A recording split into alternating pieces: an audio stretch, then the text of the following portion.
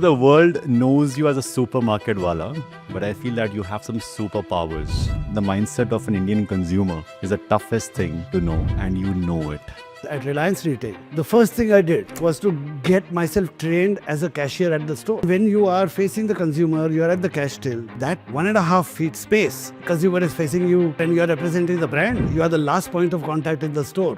That's the moment of truth in my business. Any consumer business where anyone says they know how the consumer is going to respond, sitting at their desk are lying. Damodar Mall is the CEO of Reliance Retail. He is widely known as the supermarket wala and has been instrumental in shaping India's modern retail landscape like D-Mart and Big Bazaar. In this episode, he breaks down how to stand out to top managers by showcasing the qualities they value in team members and why curiosity and adaptability are key for long-term success. If you don't get distracted by design, then you have no hope in hell of innovation. You work very closely with Mr. Ambani. How is it to work with him? It's a humbling thing that he runs 50 other things than I do. Yet on my business, he will have a sharper point of view than even I do. Something happened in Brazil. India wants to know.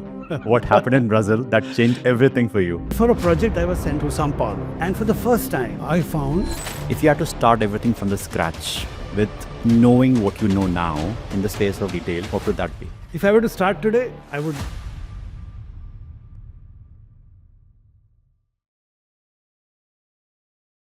So the world knows you as a supermarket wala, but I feel that you have some superpowers because knowing the mindset of an Indian consumer is the toughest thing to know, and you know it. Your earlier days of working with FMCG giants and selling those soaps, what insights you gathered about a consumer which has stayed with you till date? There was the advantage of being what people call a supermarket wala, essentially being a shopkeeper, is the simplicity with which you see the world. And there is nothing, you meet the consumer in real life at a 2 feet distance. You can observe people spend a lot of time inside our stores, so they are inside our brands. Yeah, so in that sense, I do have a structural advantage over most people who need market research to know the consumer.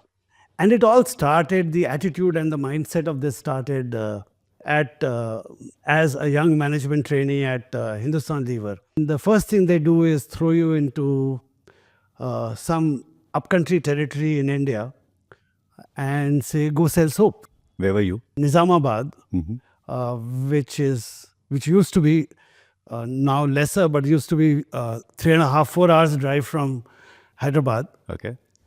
And that was my headquarter. And that reality, understanding the Indian market, Indian trade, one store at a time, one Lalaji who is not interested in buying from you at a time, one effort to talk about a brand with confidence to someone who doesn't know your brand. And more so, working with people who've been doing this, working step to step with people who've been doing this for 20, 25 years, and yet have the same spring in their step, same pride, same confidence with which they go out each morning, 9:30 at the first call. That kind of grounding, customer centricity, market focus, etc. Those are doses and communication that goes into the head, but this goes into the guts. You start living with it. After that, when you know that you have done that bit, and Hindustan Lever then used to throw us in a village in Uttar Pradesh, where you stayed with the village pradhan and lived that life and worked on rural projects. So it was 7 levels beyond selling soap, but deeper into India. I think that prepares you truly for a consumer business with very high level of empathy for consumers from all walks of life that your education probably leaves you short of. So you mean the first thing for any professional, he needs to know all the levels of consumer, is it? First and foremost, shed the defenses and go to the trenches. It's the best thing to do. And it's not required, but when I took charge of my current assignment to head the business at Reliance Retail, the first thing I did was to get myself trained as a cashier at the store. Why? That's a communication to me that that's the moment of truth in my business. And I need to get in under the skin of the person who is actually interacting with the consumer. And when you are facing the consumer, you are at the cash till, that 1.5 feet by 1.5 feet space is where you have, there is nowhere to escape, and your consumer is facing you right there, and you are representing the brand. You are the last point of contact in the store. So, sir, facing the customer on the field in your early days to facing the customer as a cashier, what were the top 3 insights which you gathered about the Indian consumer?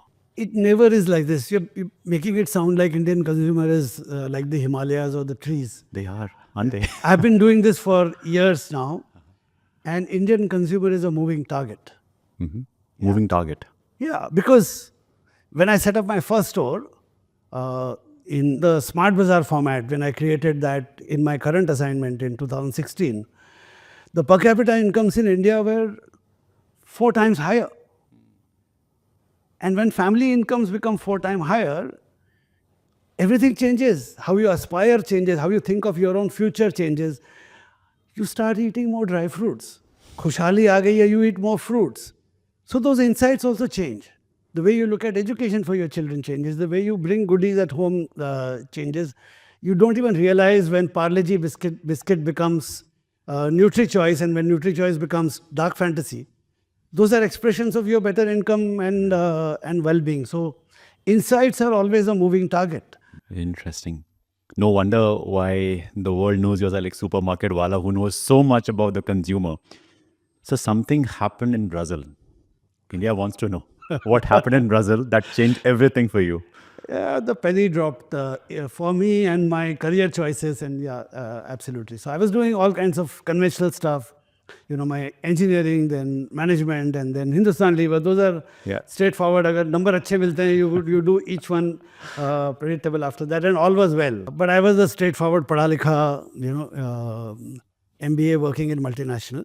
They used to send us for training, typically to the European places, or I had seen European and North American markets where I had seen supermarkets and stuff like that. So back then, this is the 90s, I said, yeah, these things happen in rich countries. Yeah. And then for a project, I was sent to Brazil, to Sao Paulo. And I did what I was supposed to do as a project. Then I also went around the market there. And for the first time in Sao Paulo, I found large modern supermarkets and hypermarkets where economically simple people that I could relate to and say, oh, I know such people back home, apne jaise hain. Shopping in modern stores and coming by bus to the stores and going back with their bags full in what we would call here share auto. They would. And then I came back and said, I said, if it's going to happen, if retail is going to happen, and if power is going to shift to modern retail in the future, as the biggest consumer company, which is Hindustan Lever, why can't we benefit from the hindsight of the rest of the world and forward integrate into having our own Annapurna supermarket. Annapurna was a food brand that we had. So Annapurna supermarkets, and did the whole proposal saying we should be doing our own supermarkets. And when you are young, you are also silly and audacious, and sent it to the business head, who was probably 4 levels above me. And he used to be on a higher floor. He walked down and said, do you even know what you have done? This is such original thinking. Isko aur pura project report banao and all that. We worked on it and did that. But obviously he was advised by Unilever saying, you don't get into your customers' business. Retailers are our customers. You can't compete with our customers. So hum ye nahi karenge. So anyway, we ideated. He said, "Chupa ke karte hain," and then we'll tell them. So Mr. Dadi said it was a entrepreneurial kind of person. But it was not done then, so it stayed with me.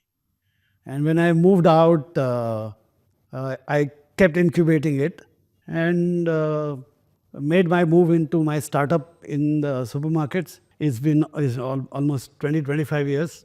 A lot of people who would join any of these multinationals would have this spark. As you said, like they're audacious, they go after those big goals. And I can see the same spark which you had back in your days. You've been on the floor with the people, working with them very closely. Any key decision that you took based upon the insights which you gathered while working with people on the shop floor? Any one key scenario which you want to share with us? The key is how to pick it up. Okay. Is to say, while I'm looking at the stores and the stores are standard and I'm reviewing them, etc., I always have a narrow query each time. So we'll take an example. Sure. I said there are 35 to 40% people who work in our stores are women.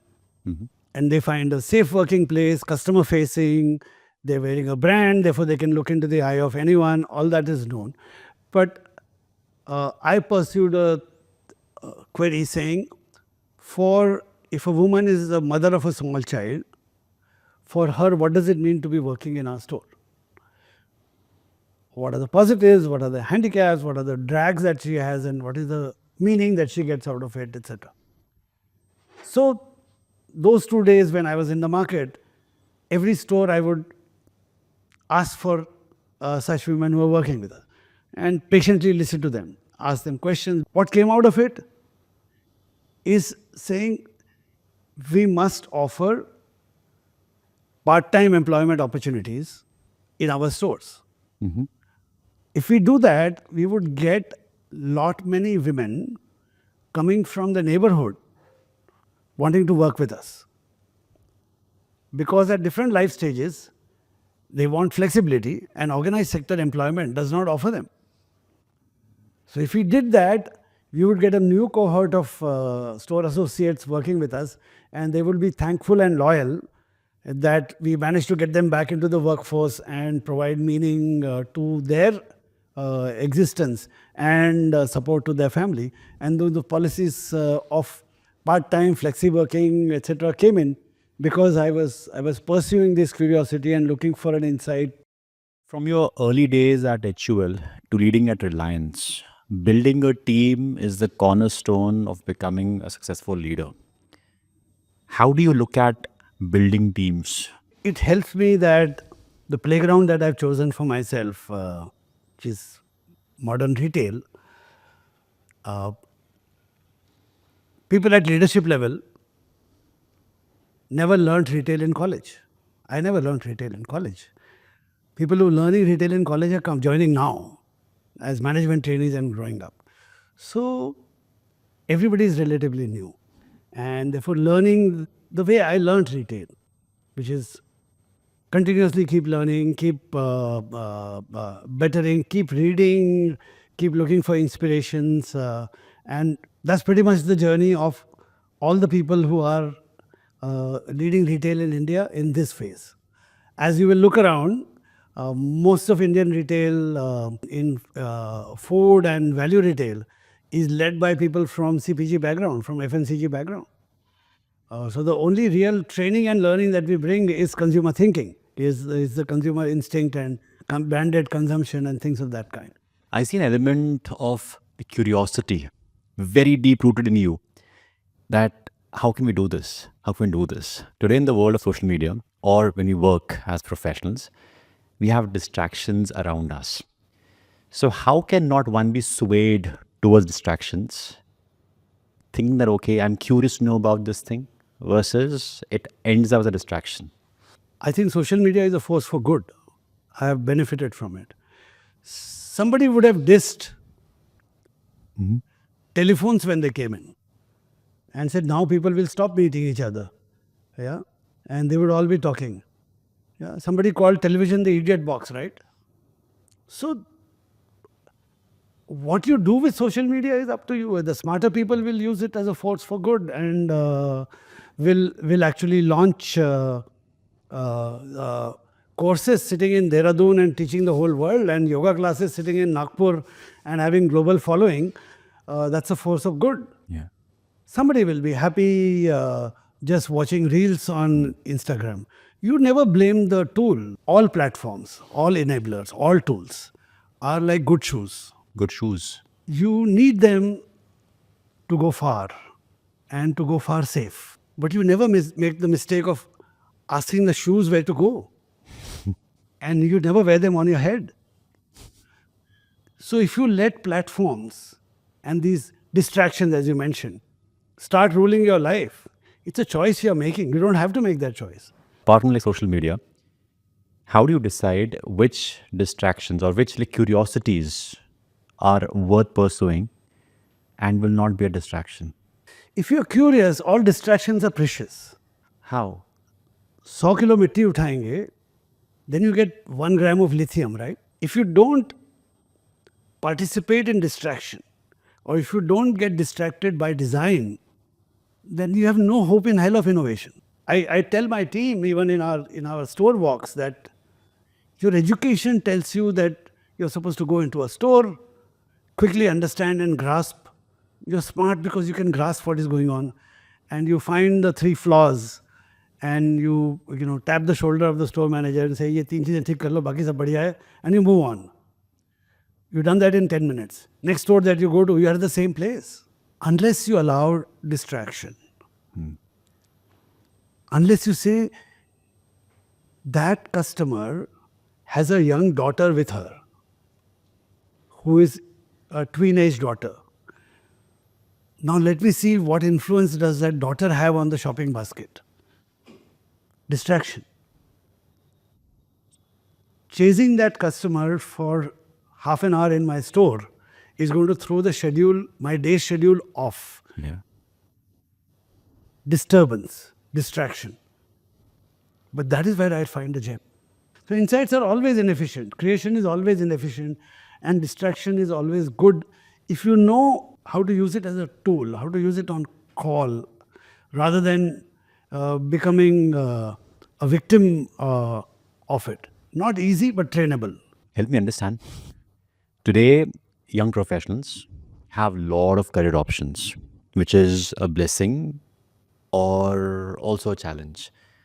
What advice do you have for those people who have a lot of career options and they're confused where to go? How do you pick which is going to make sense for you? This is not confusion. This is theater of choice. It's a privilege that you have so many choices. Ask your seniors, ask your teachers, ask your parents, and they would all say, in our times, Savdhani hati, Durghatna ghati. We are a lower income country. We are not confident about our future. Today, yes, you have confusion, but I think we have this collective belief that our tomorrow is going to be better. Yeah. Therefore, our risk appetite has gone up. I was called stupid when I did my supermarket startup 20 years back. Today, if somebody is doing a startup saying, "Honhar bacha hai," we'll go somewhere. So this is enjoy the privilege. Yeah. This is the privilege of modern times, the choice. And as I mentioned before, this is also new. This is also the privilege of this generation. So for someone who's starting early in his career, what are the like practical tools for him to follow the path of curiosity? It's a choice to make. Effectiveness and efficiency is very good. These are good platforms to stand on because they are required for you to do anything impactful, meaningful. But curiosity and interest in things that are outside your comfort zone are the real propellers that can potentially make you fly. But it's a decision to make. 9 out of 10 of your curiosity is going to take you nowhere. And that is where people are quite skeptical that should I even spend my energy and time in doing things which may not add any value and may not contribute. Rather, I'll play it safe, will take the well-trodden path, and it will be a safe zone for me. And that's where they remain stuck in their careers, is it? I wouldn't call it stuck in the career. They make their choices. Yeah. And they make the choices for themselves. Meaning, I have some very good, powerful leaders in the industry who just done one job. So it's been a right wrong. I wouldn't say, but it's your a preference. personality, your choice, and your preference. So if you really want to do something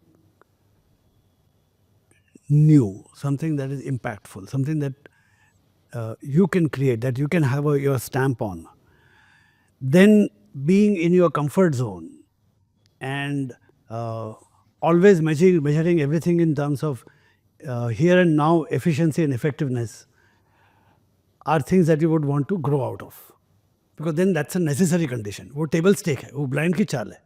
You need to say I will step out. You need to say I will lose time and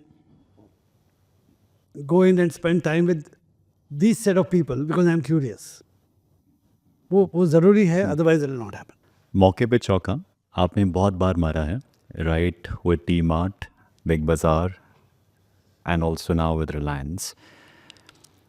That key one insight for the young professionals who are going to start their journey to build and scale the way you have done it. One practical advice for those people. So it's a very different thing, different toolkit, different team, different mindset when you're building or when you're creating. That's when you have to be in the pilot mindset. That's when you have to be embracing imperfections. In today's language, pivoting again and again till you land where you want to be. That's the requirement. When you are scaling, you need to write. You need to write strategy. You need to write mythology, because now you are communicating. Now you are in the business of proselytizing. Now you are in the business of converting people to buy into your belief of what you are trying to scale up. That's when you have to over communicate. When you are creating something, you have to under communicate, so that you keep the freedom of changing your strategies as required. When you are scaling, you need to talk loud, you need to be more expressive, you need to write down, you need to bring flourish into what you are saying, because you want someone who is working with you and your team in Agartala to have the same belief system without meeting you. So you need ways to transmit this when you're building scale. You spoke about how to build teams. How do you ensure that the trust part is intact, so that we as a team function efficiently? Because trust is something which is still missing in many parts of our culture. So when you work with people who are from different backgrounds, how do you integrate them or weave them together so that we function as a one unit? What culture building is. How do you do that? Culture is what people do when they are not supervised. The exact same place near Bikaner where my ancestors come from, and I have a meal at their place, it tastes the same as the meal in my house. When nobody is supervising, those recipes are the threads of culture which stay intact. So these are shared beliefs, these are habits that happen. And you create rituals, you create stories. And in my case for Smart Bazaar, people are brought up on stories saying, once upon a time in a small town called Himmatnagar in Gujarat is when the first pilot was done. And the pilot was called Project Dusra. Why was it called Project Dusra? Because we didn't know which way it will go. And then it happened. So what that does is, even without personal interaction, people buy into the stories. And the inspiration for building teams is religions. They're all symbols, ritual stories, there's nothing else. So on the one side, we want to empower our teams to be more entrepreneurial.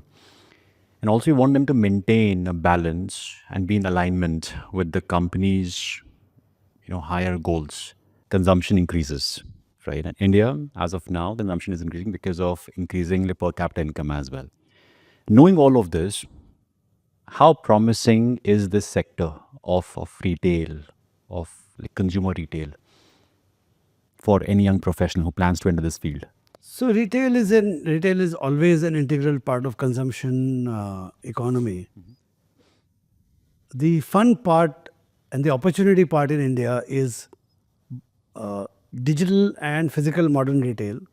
Both are growing, and the models are shaping. International copy pasted models for stores have struggled in India, whereas homegrown ones have worked better. Completely homegrown ideas, which are India first, which are digital first, like the quick commerce that you see, they don't work elsewhere in the world, but they are designed for India and they work here.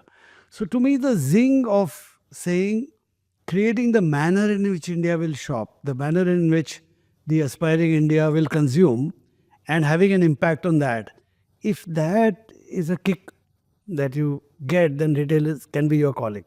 Is the way I see it. And modern retail will, modern organized sector retail will continue to grow much faster than overall retail and consumption for the next generation. Summarize 2 or 3 traits which a professional in this space should have to succeed and have a great career. Customer centricity and humility goes hand in hand. Like in most scale businesses, the flair to work with real-time data and information all the time, because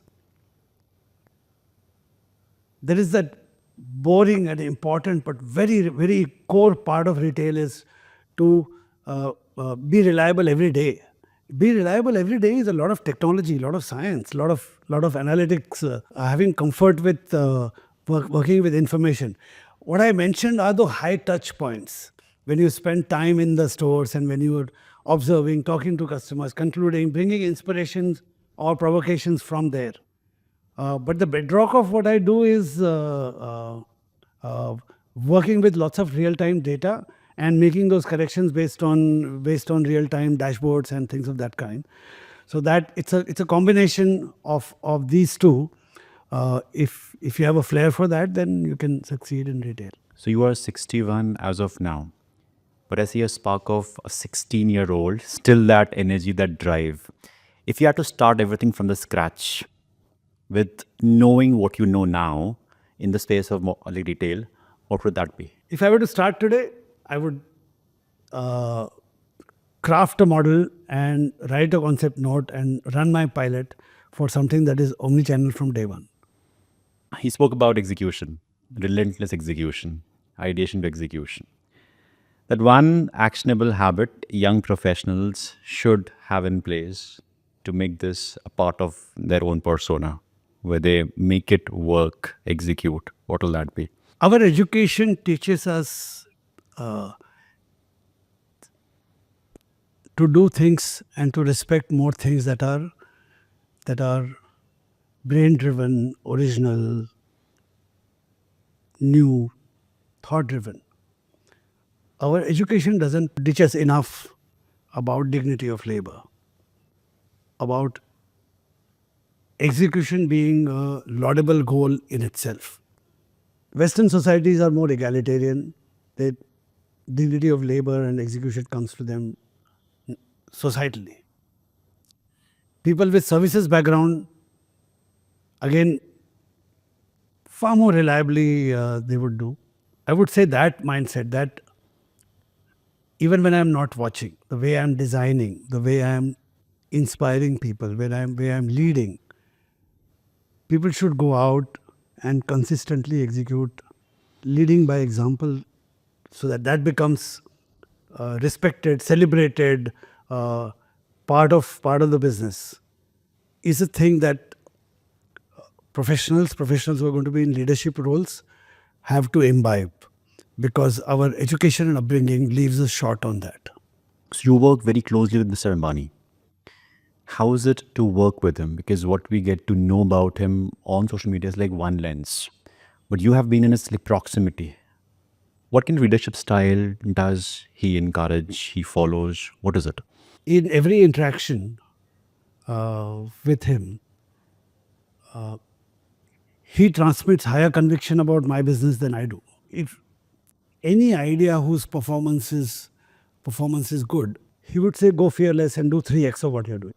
He would be unhappy with regular progress on that. So that whole thing of saying keep taking forward bets and we will support you. And oftentimes, and it's a humbling thing that he runs 50 other things than I do.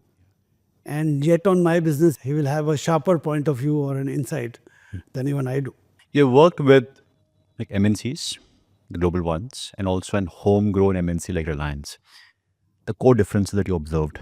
I think the conviction in the India opportunity in an MNC is learned behavior. And the conviction in the India opportunity in an Indian business house is instinct, is culture, is owned.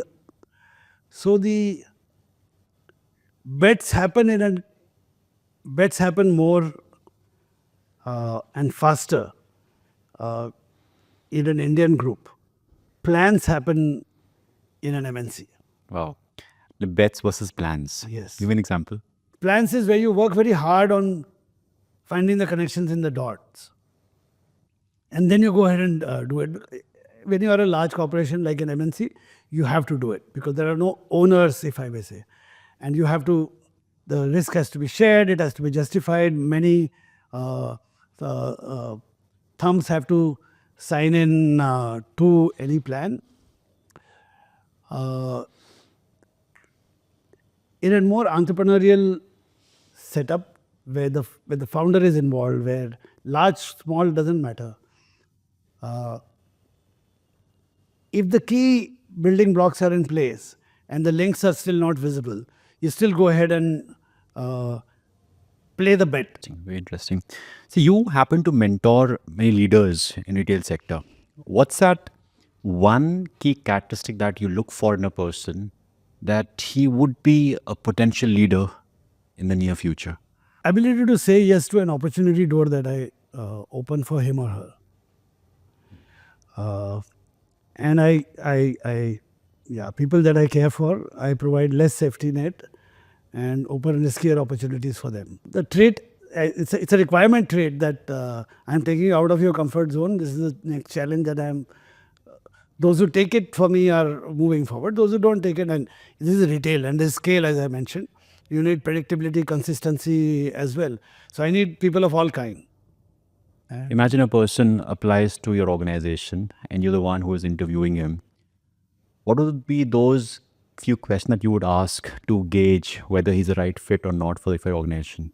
I would spend time on looking for the family, how they handle a failure at a societal level in their family, how they handle a crisis, or how that person has been through a dip, been through a blip in their journey, or a crisis, and how they dealt with it. So I have the luxury of narrowing on these parts and gauging people, because I get people shortlisted and already assessed coming to me. So I look for these differentiating factors, the cultural ecosystem or the personal trait. Has it in them to handle uncertainty and yet come out strong on the other side? I had a ball of a time, sir. I mean, listening to your insights, I was taken back to my management days, the Philip Kotler days. And it was truly an honor to share this platform with you and learn from you. I believe all the listeners on this show would have had a great time. So thank you so much for doing this. It was a pleasure. It was fun chatting, Devas. Thank you. Thank you for watching this episode of WorkWise with Naukri. If you love the insights, then do subscribe to this show and watch out for the next episode.